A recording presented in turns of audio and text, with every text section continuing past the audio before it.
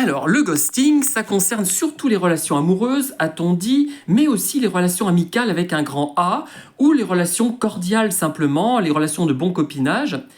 Et vous vous êtes fait ghoster par quelqu'un qui ne répond plus à vos mails, qui ne répond plus au téléphone, qui ne répond plus aux SMS. On va dire, mais oh, il a changé d'adresse mail, de téléphone, et donc c'est pour ça. Mais non, vous vous rendez compte que non. Voilà. Vous vous dites, mais qu'est-ce que j'ai fait? Et d'ailleurs, le pervers, si c'est un pervers, il va être très content que vous... Et c'est ça, le pervers, il va vouloir que vous posiez la question. Qu'est-ce qu'il... Il va se culpabiliser. Ce Pierre Calmar, il est égoïste, il a des côtés pénibles, il est obnubilé par 5 ou 6 thèmes qui le passionnent et qu'il connaît de A jusqu'à Z, alors que dans d'autres sujets, il est d'une nullité, mais absolue. C'est ça que beaucoup oublient. Hein. Ceux qui me jugent prétentieux, ils oublient ça. Il y a des domaines d'une nullité que même des enfants de 10 ans surpassent. Voilà. Mais bon, ça c'est autre chose, c'est un autre thème, mais c'est important de le savoir.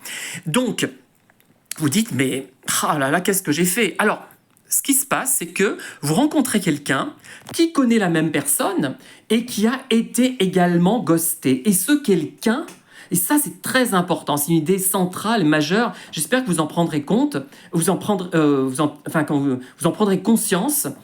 Ce quelqu'un, il ou elle est très différent de vous. C'est quelqu'un que vous aimez bien, mais vous n'êtes pas vraiment ami avec un grand A, parce que c'est quelqu'un qui n'est pas tellement dans le décortiquage psychologique, dans l'acquisition de connaissances sur un thème, dans la création littéraire, dans la création tout court. Mais sinon, à part ça, vous l'aimez bien, c'est quelqu'un de bien, de cordial, vous avez une relation cordiale, on va dire, qui se rapproche de l'ami avec un petit A, du bon copain et de l'ami avec un petit A. Et cette personne a été larguée alors qu'elle est très différente. Ça veut dire quoi? Ça veut dire que le problème n'est pas vous, n'est pas cette personne que vous connaissez, n'est pas une troisième que vous connaissez et qui aura connu le même problème. C'est la personne qui vous a largué le problème, c'est pas vous.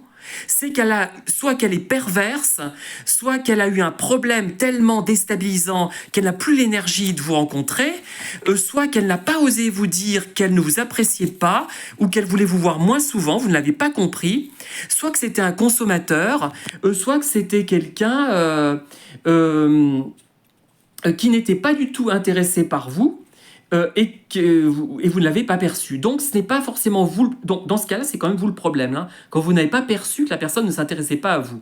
Mais voilà, ça vous déculpabilise, et c'est très important, parce qu'on a tendance, nous autres, à nous culpabiliser. Merci, en tout cas, à bientôt.